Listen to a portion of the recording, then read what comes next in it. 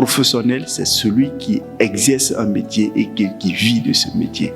Donc nous voulons faire en sorte que ceux qui font la photographie puissent vivre de leur métier. Dès lors que quelqu'un vit de son métier, il est professionnel dans son domaine. L'année dernière, la thématique, c'était les métiers de la photographie à l'ère des téléphones portables, pour parler un peu de la mutation que connaît le secteur de la photo. Et on n'a pas manqué, et l'Office national du cinéma et les partenaires qui sont venus, même aussi le formateur, nous n'avons pas manqué de réitérer aux photographes que nous sommes tous tributaires de la mutation technologique. Donc il va falloir que les photographes puissent s'accommoder à cette mutation s'ils veulent vivre de leur métier. Le thème est toujours d'actualité. Il faudrait que les photographes revoient leur façon de procéder. Aujourd'hui, le simple fait d'avoir un appareil photo et d'appuyer sur le REC ou bien sur le déclencheur ne suffit pas pour être photographe. Le photographe qui veut aujourd'hui vivre de photographie, il faudrait qu'il ajoute d'autres astuces. Donc il faut qu'il ait une connaissance en informatique, il faut qu'il ait une connaissance un peu en traitement d'image. D'autres vont au-delà, d'autres vont jusqu'à créer un bon portfolio. Ils ont en ligne les photos, au lieu d'avoir de garder les photos par devers eux. Certains ont pu créer des sites où tu as accès à leurs photos. Donc tout ça là les permet non seulement de se faire connaître, mais aussi les permet de vendre leurs photos. Donc du coup, c'est un ensemble d'éléments qu'il faut aujourd'hui ajouter au métier de la photographie si on veut vivre de la photographie. Mais aussi l'Office en tant que la direction nationale qui réglemente les métiers du cinéma, de la vidéo, de la photographie, a en son sein un programme de formation. Ce sont, et c'est d'ailleurs ces mutations et les problèmes auxquels et les photographes et les cinéastes sont confrontés, c'est ce qui nous a permis de solliciter auprès de INABEL et de l'Union européenne le plan stratégique de développement des secteurs du cinéma, de la vidéo et de la photographie. Ce plan stratégique a un axe consacré vraiment à la formation et renforcement des capacités et à un autre axe consacré au développement des chaînes de valeur. Donc le volet, en plus de la réglementation, le volet formation, accompagnement des métiers du cinéma et de la photo, ce sont des préoccupations de l'Office national du cinéma. À l'interne, nous sommes en train de trouver les pistes, les solutions pour pouvoir surmonter, faire face à ces défis en termes d'accompagnement, formation, au niveau de la formation, mais aussi en termes d'accompagnement financier. Et c'est ce qui nous a permis et qui fait en sorte qu'aujourd'hui, nous sommes en train de nous battre pour l'opérationnalisation du Fonds de développement de l'industrie du cinéma, qui va être le mécanisme public d'accompagnement de tous ces métiers. Donc ça serait un fonds qui va être destiné et à la formation et à la professionnalisation et tout. Donc nous nous battons et avec la bonne volonté du ministre, l'opérationnalisation du fonds, ça prend du temps parce qu'on vient de loin. Il faut convaincre les partenaires, il faut convaincre l'État de la nécessité de mettre ce fonds. Et il faut aussi parler de qu'est-ce que le fonds va apporter en termes de création, en termes de visibilité. Donc tout ça prend du temps et ça prend beaucoup plus de concertation, de rencontres pour non seulement rassurer l'État de comment le fonds va être, qu'est-ce que le fonds va apporter en plus-value, en matière de plus-value, et comment ça va être géré, mais aussi il faut aussi définir comment le fonds va être alimenté, qui va l'alimenter, les mécanismes d'alimentation de ce fonds, il faut les définir. Donc c'est un processus qui prend du temps, mais nous espérons que dans un bref délai, ce fonds va être mis en place, va être créé, alimenté, parce qu'en amont, nous avons pris les dispositions qu'il faut. Nous avons même commandé, initié l'élaboration d'un avant-projet de loi définissant réglementant les métiers du cinéma et définissant des mécanismes de financement dont le Fonds de développement de l'industrie du cinéma. Ce projet de loi suit son bon nombre de chemins. Donc ça a été, c'était au niveau du secrétariat général du gouvernement par l'appui du ministre. Aujourd'hui, le ministre a transmis au CNT.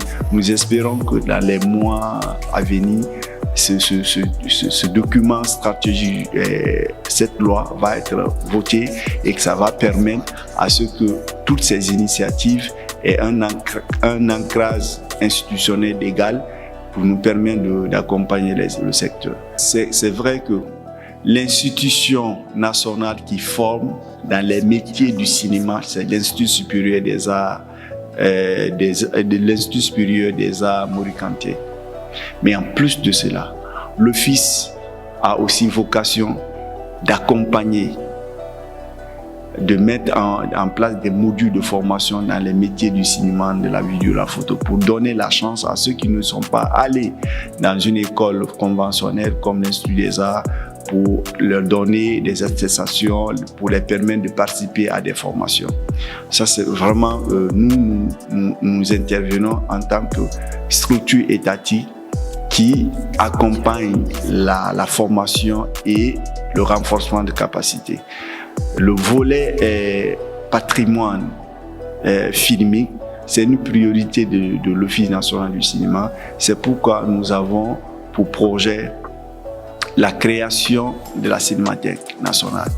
La création de la Cinémathèque nationale va permettre à ceux qu'il y ait une cinémathèque, et cette cinémathèque va prendre en compte le volet vidéo et le volet photo. Donc, et lorsqu'on aura la cinémathèque, on pourra en ce moment résoudre tout ce problème de sauvegarde. Aujourd'hui, en termes de photos et d'images, on prévoit dans la cinémathèque la photothèque qui va être l'espace qui va conserver et promouvoir les images fixes, c'est-à-dire les photos. Aussi la partie cinémathèque qui va conserver tout ce qui est pellicule, tout ce qui est film, non seulement pour la conservation, mais aussi pour la promotion. Et là, un projet de création de cinémathèque est déjà disponible. Nous sommes en train de faire en sorte que ça puisse voir le jour, qu'on puisse construire, on a de l'espace. Le problème qui se pose, c'est comment retrouver les ressources avec l'État et les privés pour mettre en place cette cinémathèque-là.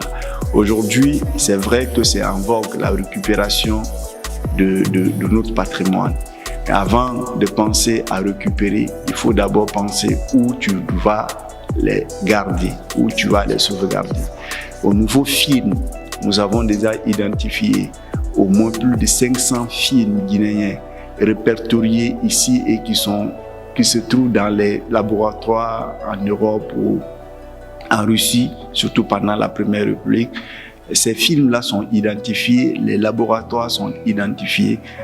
Nous, au niveau national, nous sommes en train de tout faire pour qu'il y ait un endroit, une fois que ce patrimoine filmique est rapatrié, où il faut les garder. C'est le préalable. Avant d'aller les chercher, il faut d'abord trouver au niveau national où on va les sauvegarder. C'est aussi le lieu de remercier la FEPACI, qui a un grand programme de restauration des films classiques. Et le dernier film en date, c'est Camp de Staroy de Sembène Ousmane, qui a été même projeté dans la rubrique classique du Festival de Cannes. Cette année, on a été très honorés que la FEPACI, à travers la fondation Martin Scorsese, identifie 2 réalisateurs guinéens et leurs œuvres qui vont bénéficier de l'appui de ce programme qu'on appelle héritage africain, qui va permettre de restaurer ces films et de pouvoir les projeter à des grands festivals. Je veux parler par exemple du film de Sekouma Bari et Vers la liberté, et puis de 2 films de Costa Ndiaye, Hier, aujourd'hui et demain, et la danse des masques. Donc ça, ces deux projets s'inscrivent dans ce projet de sauvegarde de la mémoire filmique. Le professionnel, c'est celui qui vit de son métier. Le professionnel, c'est celui qui exerce un métier et qui vit de ce métier. Donc nous voulons faire en sorte que ceux qui font la photographie puissent vivre de leur métier. Dès lors que quelqu'un vit de son métier, il est professionnel dans son domaine. Aujourd'hui, nous avons au niveau national, quand nous avons des possibilités de formation, de renforcement de capacités, nous lançons avec le partenaire qui nous accompagne dans le financement, nous lançons un appel à candidature. Cet appel à candidature définit les critères de sélection et même le profil du formateur, les critères de sélection sont définis à partir de là. Et il y a un jury qui se met en place, sélectionne ceux qui doivent participer à cette formation. Et puis au moment venu, on les informe, ils participent. L'office ne se met pas dans son bureau pour dire tel ou tel. Non, nous avons une plateforme, nous avons un site internet. Chaque fois qu'il y a des opportunités, nous lançons ces opportunités-là sur toutes nos plateformes. Aujourd'hui, par exemple, la participation à la Journée mondiale de la photographie 2024 sur le thème « Un photographe, une image » est déjà disponible sur notre site internet et aussi sur notre page ONACIG Initiative. Tous ceux qui veulent participer à cette initiative et qui vont en retour nous envoyer des images, il y a la fiche d'inscription à remplir. Sinon, on ne pourrait pas retenir votre photo parce qu'à l'avenir, nous ne voulons pas être confrontés à ce problème de droit d'auteur.